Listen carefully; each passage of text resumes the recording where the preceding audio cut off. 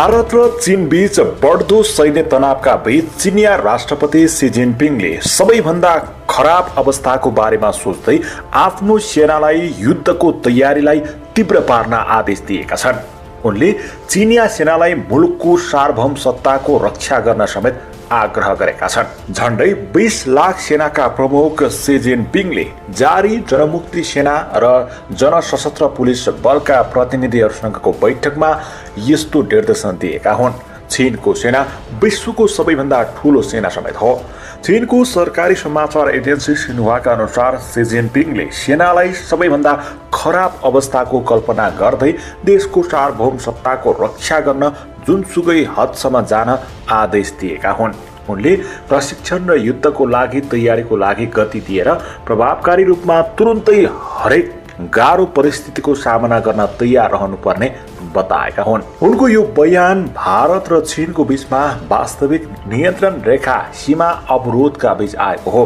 हालसालै लद्दाख र उत्तर सिक्किमका भारत र चीनको सेनाले आफ्नो उपस्थिति ठूलो हदसम्म बढाएका समेत छन्। दुई पक्षसम्म 20 दिनसम्म चलेको अवरोधपछि भारतीय सेनाले चीनलाई उत्तरी सिक्किम, उत्तराखण्ड र अरुणाचल प्रदेशमा कुनै हमलाको साथै लद्दाखको संवेदनशील क्षेत्रमा सीमा क्षेत्रमा आफ्नो उपस्थितिको स्पष्ट संकेत देखाइसकेको छ। सी जिनपिङले मंगलबार आफ्नो देशको सेनाको लागि एक आदेश जारी गर्दै पूर्ण दृढताका साथ देशको सम्प्रभुताको रक्षा गर्न भनेका हुन्। सी जिनपिङले यो आदेश संसद सत्रको क्रममा पिपुल्स लिबरेसन पार्टी र पिपुल्स आर्म्ड पुलिस फोर्सको प्रतिनिधिको पूर्ण बैठकमा भाग लिने बेला यस्तो बताएका हुन्। चीनिया कम्युनिस्ट पार्टीका महासचिव तथा करिब 20 लाख सैनिकका सेना प्रमुख 66 वर्षीय सी जिनपिङले सीमामा तनाव बढिरहेको र थुप्रै देश मिलेर चीनलाई निशाना बनाउन तयारी गरिरहेकाले सेनाले खराब स्थितिका लागि तयार रहनुपर्ने बताएका हुन्। सी जिनपिङको भनाइलाई उद्धृत गर्दै चीनिया समाचार एजेन्सी सिन्हुवाले भनेको छ, सेनाले सबैभन्दा खराब स्थितिको कल्पना गरेर त्यसलाई सोचेर युद्धका लागि आफ्नो तयारी र प्रशिक्षणलाई बढाउनुपर्छ र विभिन्न जटिल परिस्थितिसँग जुझ्न र प्रभावकारी तरिकाले त्यसको प्रशिक्षणका कामहरूलाई अगाडि बढाउनुपर्छ भनिएको छ। पूरा दृढताका साथ राष्ट्रिय सम्प्रभुता, सुरक्षा र विकास सम्बन्धी हितको रक्षा गर्न समेत निर्देशन दिएको हो। सी जिनपिङको यो टिप्पणी लद्दाखमा भारत र चीन बीच करिब 20 दिनदेखि जारी गतिरोधको बीच आएको हो। उता चीनसँग सिमानामा टक्कर बढ्दै गएपछि भारतीय प्रधानमन्त्री नरेन्द्र मोदीले उच्च स्तरीय बैठक आयोजना गरेका छन्। दुवै मुलुकले सीमामा सैनिक संख्या वृद्धि गरेको खबर बाहिरिँदा र चीनिया राष्ट्रपतिले युद्धको लागि तयार रहन आफ्नो सेनालाई निर्देशन दिएको आदेशका खबरहरू बाहिरिरहँदा बैठकमा तीनै सेनाका प्रमुख, राष्ट्रिय सुरक्षा सल्लाहकार अजित डोभाल र chief of defence staff general Bipin Rawat समेत सहभागी भएका छन्। त्यसअघि मोदीले विदेश सचिवसँग बैठक आयोजना गरेका थिए। मोदीसँगको बैठक अघि सेना प्रमुखहरूसँग रक्षा मन्त्री राजनाथ सिंहले भेट गरेका थिए। पछिल्लो समय सीमानामा भारतीय र चीनिया सेनाबीच तनाव बढिरहेको छ। त्यसैता लद्दाखमा चीनिया जनमुक्ति सेनाले हवाई अड्डा विस्तार गरेको स्याटेलाइट तस्बिरले देखाएको भारतीय सञ्चार माध्यमहरूले जनाएका छन्। यी तस्बिरमा चीनले लडाकु जेट समेत राखेको देखाइएको छ। त्यस्तै सिमानाको पाङ्ग्योङ तालबाट 200 किलोमिटर टाढा रहेको तिब्बत स्थित नागे कुन्सा विमानस्थलमा पनि निर्माण कार्य तीव्र गतिमा अगाडि बढाइएको छ। भारत र चीन बीचमा एकपटक फेरि पनि सीमा विवाद बढ्दो रूपमा देखिएको छ। चीनले पूर्वी लद्दाखको पेन्ड्रोङ च्योतालमा गस्तीको डुङ्गाहरू समेत तैनाती गरिएको छ। 2 साता अघि सोही ताल नजिक भारतीय र चीनिया सैनिक बीच झडप भएको थियो। उक्त क्षेत्र लद्दाखको वास्तविक नियन्त्रण रेखा लाइन अफ एक्चुअल कन्ट्रोल नजिक पर्ने बीबीसीले जनाएको छ। यसअघि पनि लाइन अफ एक्चुअल कन्ट्रोलमा दुवै देशले सैनिकको उपस्थिति बढाएको थियो। भारतले अक्साई चीनमा पर्ने गलवान घाटी किनारामा चीनिया सेनाका लागि केही टेन्ट राखिएको बताएको थियो। त्यसपछि भारतले पनि उक्त क्षेत्रमा आफ्नो फौजको तैनाती बढाएको थियो। उता चीनले भारतमाथि गलवान घाटी नजिकै रक्षा सम्बन्धी गैरकानुनी निर्माण गरिरहेको आरोप लगाएको छ। भारत र चीन बीच बेला बेला फरक क्षेत्रमा आफ्नो प्रकारका दावी गर्दै सीमामा विवाद उत्पन्न हुँदै आएको छ। भारत र चीन बीचमा 3488 किलोमिटर लामो सीमा जोडिएको छ। उक्त सीमाले जम्मू काश्मीर, हिमाचल प्रदेश, उत्तराखण्ड, सिक्किम र अरुणाचल प्रदेशलाई छुन्छ। दुवै देशबीचको सीमा 3 भाग सेक्टरमा बाँडिएको छ। पश्चिमी सेक्टर अर्थात् जम्मू काश्मीर, मिडल सेक्टर अर्थात् हिमाचल प्रदेश तथा उत्तराखण्ड तथा पूर्वी सेक्टर अर्थात् सिक्किम र अरुणाचल प्रदेश रहेको छ। कयौं क्षेत्रमा विवाद कायमै रहेका कारण भारत र चीनले अहिलेसम्म पूर्णतै सीमाङ्कन भएको छैन। भारतले पश्चिमी सेक्टरमा पर्ने अक्साई चीनमाथि आफ्नो दाबी गर्दै आएको छ, जुन भूभाग अहिले चीनको नियन्त्रणमा छ।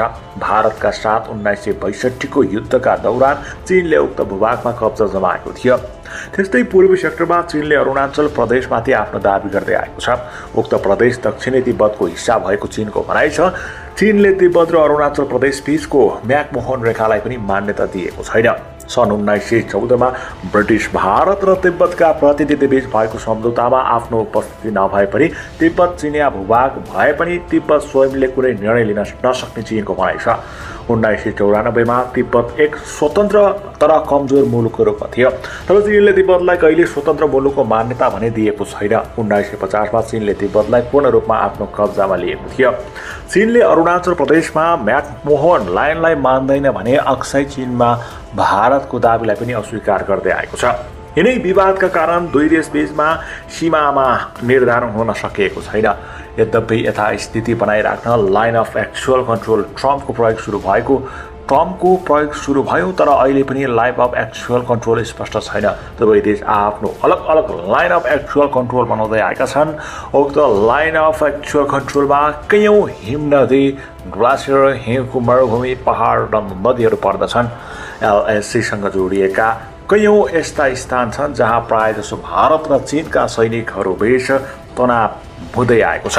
त्यसैता लद्दाखमा चिनिया जनमुक्ति सेनाले हवाई अड्डा विस्तार गरेको स्याटेलाइट तस्बिरले देखाएको भारतीय सञ्चार माध्यमहरूले जनाएका छन्। यी तस्बिरमा चीनले लडाकु जेट समेत राखेको देखाइएको छ। त्यस्तै सिमानाको पाङ्ग्योङ तालबाट 200 किलोमिटर टाढा रहेको तिब्बत स्थित नागे कुन्सा विमानस्थलमा पनि निर्माण कार्य तीव्र गतिमा अगाडि बढाइएको छ। भारत र चीन बीचमा एकपटक फेरि पनि सीमा विवाद बढ्दो रूपमा देखिएको छ। चीनले पूर्वी लद्दाखको पेन्ड्रोङ च्योतालमा गस्तीको डुङ्गाहरू समेत तैनाती गरिएको छ। 2 साता अघि सोही ताल नजिक भारतीय र चिनिया सैनिक बीच झडप भएको थियो। उक्त क्षेत्र लद्दाखको वास्तविक नियन्त्रण रेखा लाइन अफ एक्चुअल कन्ट्रोल नजिक पर्ने बीबीसीले जनाएको छ। यसअघि पनि लाइन अफ एक्चुअल कन्ट्रोलमा दुवै देशले सैनिकको उपस्थिति बढाएको थियो। भारतले अक्साई चीनमा पर्ने गालवान घाटी किनारामा चिनिया सेनाका लागि केही टेन्ट राखिएको बताएको थियो। त्यसपछि भारतले पनि उक्त क्षेत्रमा आफ्नो फौजको तैनाती बढाएको थियो। सी जिनपिङले सेनालाई सबैभन्दा खराब अवस्थाको कल्पना गर्दै देशको सार्वभौम सत्ताको रक्षा गर्न जुनसुकै हदसम्म जान आदेश दिएका हुन्। उनले प्रशिक्षण र युद्धको लागि तयारीको लागि गति दिएर प्रभावकारी रूपमा तुरुन्तै हरेक गाह्रो परिस्थितिको सामना गर्न तयार रहनुपर्ने बताएका हुन्। उनको यो बयान भारत र चीनको बीचमा वास्तविक नियन्त्रण रेखा सीमा अवरोधका बीच आएको हो। हालसालै लद्दाख र उत्तर सिक्किमका भारत र चीनको सेनाले आफ्नो उपस्थिति ठूलो हदसम्म बढाएका समेत छन्। दुई पक्षसम्म 20 दिनसम्म चलेको अवरोधपछि भारतीय सेनाले चीनलाई उत्तरी सिक्किम, उत्तराखण्ड र अरुणाचल प्रदेशमा कुनै हमलाको साथै लद्दाखको संवेदनशील क्षेत्रमा सीमा क्षेत्रमा आफ्नो उपस्थितिको स्पष्ट संकेत देखाइसकेको छ।